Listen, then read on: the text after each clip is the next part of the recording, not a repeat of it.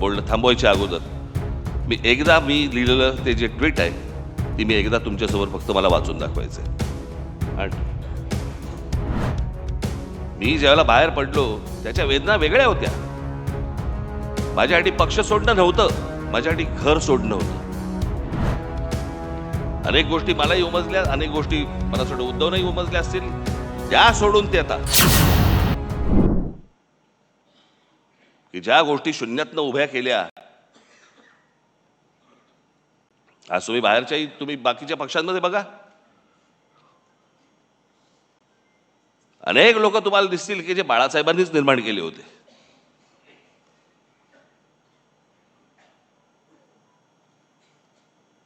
पण ज्या गोष्टी घडत जात आहेत, ज्या गोष्टी घडत गेल्या,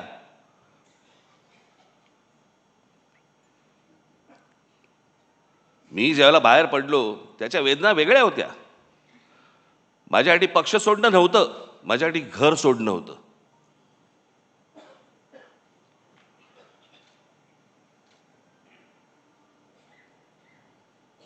पण त्या सगळ्या गोष्टीला आता एक 20 वर्षाचा काळ निघून गेलाय. अनेक गोष्टी मलाही उमजल्या, अनेक गोष्टी मला सोडून उद्धवनंही उमजल्या असतील, द्या सोडून ते आता.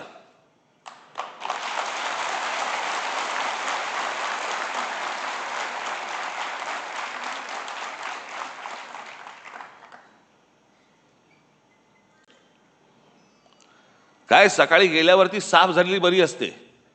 चला कुठे आयुष्यभर गुंतत बसायचं हो?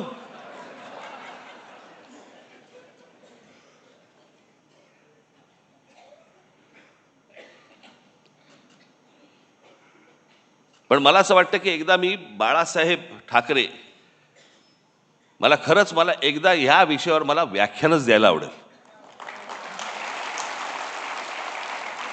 आणि त्या माणसाचे सगळे पैलू मला तुमच्यासमोर एकदा मांडायचेत.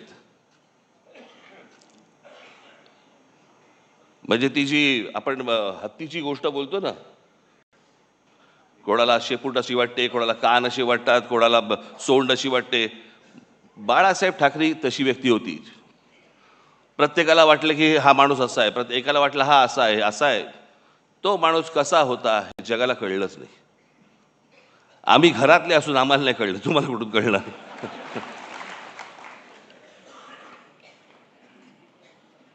पण ते होतं, ते विलक्षण होतं. आज मी सामनामध्ये मी तर लेख लिहिलाच आहे, पण मी आज सकाळी माझं एक ट्विट केले. काही जणांनी ऐकलं असेल, काही जणांनी वाचलं असेल, काही जणांनी नसेल वाचलं. मला असं वाटतं की माझ्या बोलण्याची बोलणं थांबवायच्या अगोदर मी लिहिलेलं ते जे ट्विट आहे ती मी एकदा तुमच्यासमोर फक्त मला वाचून दाखवायचं आहे. आणि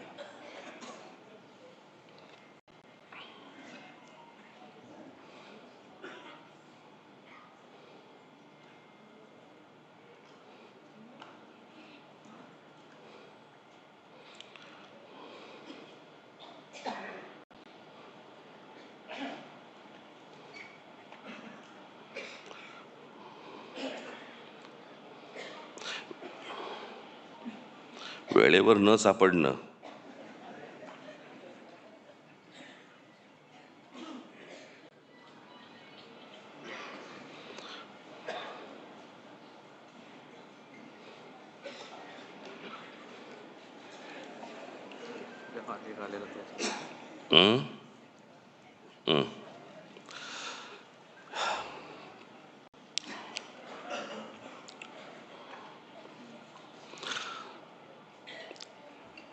स्वर्गीय बाळासाहेबांची आज 100वी जयंती.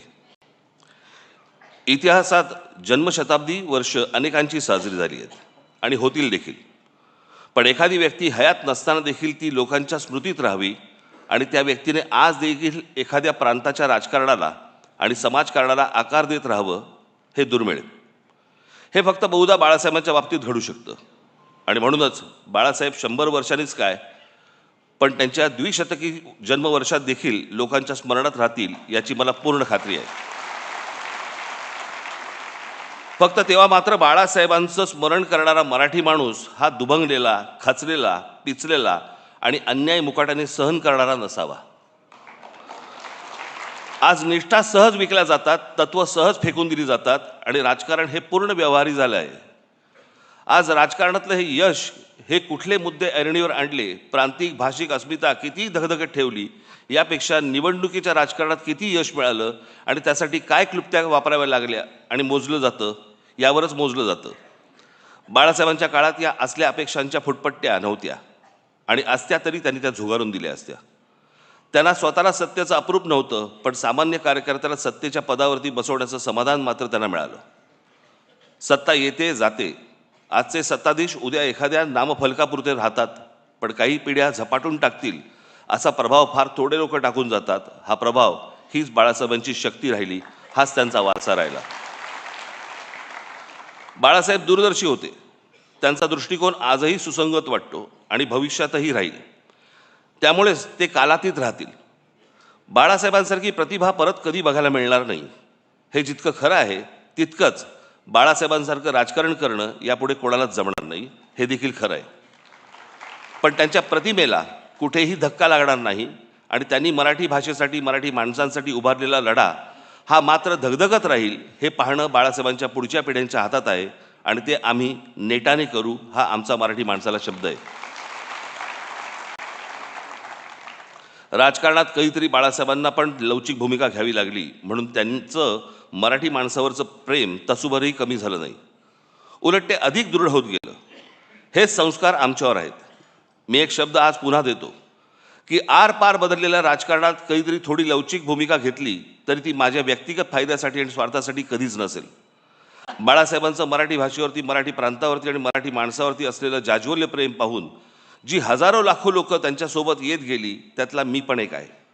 त्यामुळे बाळासाहेब आणि मराठी या दोन शब्दांवरती माझी आणि माझ्या महाराष्ट्र सैनिकांची श्रद्धा, प्रेम तसूभरही कमी होणार नाही. स्वर्गीय बाळासाहेबांना श्रद्धांजली.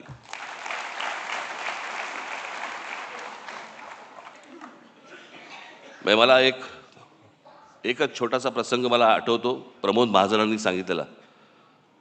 मला असं वाटतं उद्धवना पण तो माहिती निश्चित असणारच. बाळासाहेब कलानगरमध्ये अशी फेऱ्या मारायचे आणि मला असं वाटतं ही गोष्ट असेल 86ची वगैरे, 86 नाही, 85 सालची गोष्ट असेल.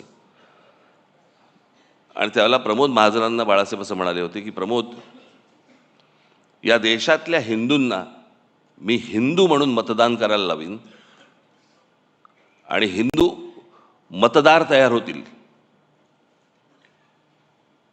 प्रमोद महाजन बोलले, बाळासाहेब शक्य नाही आहे या देशामध्ये. ते बोलले, तू बाळासाहेब मला ओळखत नाहीस. आणि बाळासाहेबांनी या देशामध्ये हिंदूंना, हिंदू एक राजकीय शक्ती बनू शकते हे या देशामध्ये बाळासाहेबांनी सिद्ध करून दाखवलं. तोपर्यंत इतरांना कोणाला माहीत पण नव्हतं.